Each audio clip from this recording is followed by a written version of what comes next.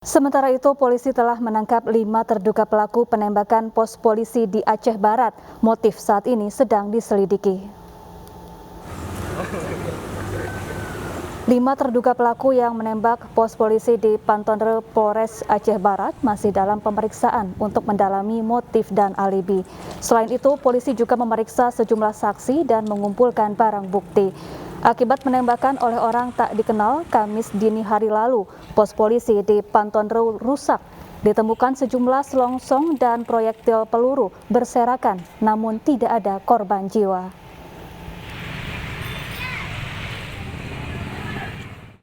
Dan untuk membahas lebih lanjut terkait rangkaian penembakan di Aceh, sudah bergabung bersama kami Kabid Humas Polda Aceh, Kombes Pol Winardi. Selamat sore, Pak Winardi.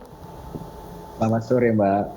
Ya, Pak Winardi, apakah sudah ditemukan kira-kira apa motif pelaku menembak pos polisi di Aceh Barat? Ya, sampai dari tadi pagi kita lakukan telah mengamankan 5 orang secara beruntun ya, dari pagi sampai siang tadi, karena yang kita amankan ini beda-beda tempatnya tapi masih dalam wilayah hukum Aceh Barat.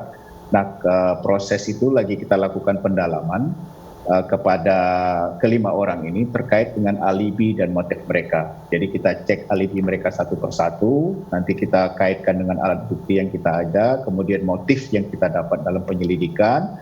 Nah, kalau seandainya nanti kelima ini terkait dengan alat bukti yang kita temukan dalam proses olah TKP kemarin, maka kelima ini bisa kita tetapkan sebagai tersangka. Nah, perlu kami tambahkan lagi bahwa hasil olah TKP kami telah menemukan 16 selongsong peluru kaliber 7,62 dan 22 selongsong peluru kaliber 5,56. Nah, di dalam tembok juga kita temukan 4 proyektil peluru, kemudian 1 proyektil di pintu depan, dan 1 proyektil peluru di ruang tengah, di mana proyektil ini tembus ke televisi, kemudian memantul di tembok dan jatuh di ruang tengah. Nah, untuk menentukan jenis senjata apa yang ditembakkan oleh pelaku, memang kaliber ini bisa masuk beberapa senjata. Oleh karena itu, alat bukti yang kita dapat dari olah TKP kemarin, kita akan kirimkan ke laboratorium forensik untuk kita uji apakah jenis senjata apa yang digunakan oleh pelaku tersebut. Ya, Pak Winardi, apakah kelima orang ini saling kenal dan terafiliasi dengan kelompok tertentu, Pak? Tidak, jadi mereka ini motifnya ekonomi yang kemudian disangkut pautkan dengan sakit hati, dan kemudian nanti kita lagi dalamin, kita sesuaikan dengan hasil pemeriksaan tim kita masih bekerja di lapangan sampai saat ini, tapi tidak terafiliasi dengan kelompok tertentu. Karena mereka bergerak diri sendiri karena teman dan sebagainya, jadi saling terkait antara yang satu dengan yang lain. Apakah masih ada terduga pelakunya yang masih buron, Pak? Kita kemungkinan itu masih kita kembangkan. Jadi informasi-informasi yang kita dapat dari hasil pemeriksaan terduga itu, apakah ada kemungkinan orang lain yang terlibat dari kelompok mereka, itu masih kita dalami. Ya, kita sama-sama menunggu perkembangan tim di lapangan. Insya Allah dalam waktu yang tidak lama lagi kita bisa kemukakan ke publik siapa pelaku penembakan pospol di Pantonre itu. Saat ini bagaimana situasi di sekitar lokasi, seperti apa peningkatan pengamanan di sana, Pak?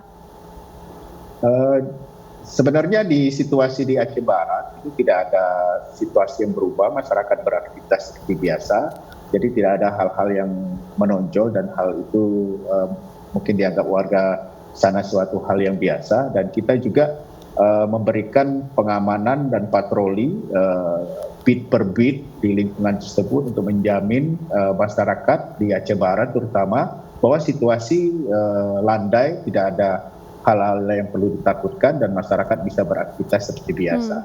Baik, Pak Winardi, di hari yang sama juga terjadi penembakan terhadap Komandan Bais hingga tewas. Saat ini apakah pelaku penembakan sudah berhasil ditangkap, Pak? proses penyelidikan dan penyidikan penembakan dan tim BAIS di PD itu kita serahkan sepenuhnya kepada teman-teman kita di POM TNI. Kami hanya membantu melakukan olah TKP, jadi oleh TKP, kemudian hasil olah TKP, kemudian fakta-fakta yang kita dapat di olah TKP sudah kita serahkan kepada teman-teman POM TNI. Jadi teman-teman media mungkin untuk kejelasan kronologis dan hasil olah TKP bisa menanyakan langsung ke teman-teman POM TNI atau di Kapendam. Mungkin bisa digambarkan secara singkat Pak, seperti apa kronologi terjadinya penembakan terhadap Komandan BAIS ini Pak?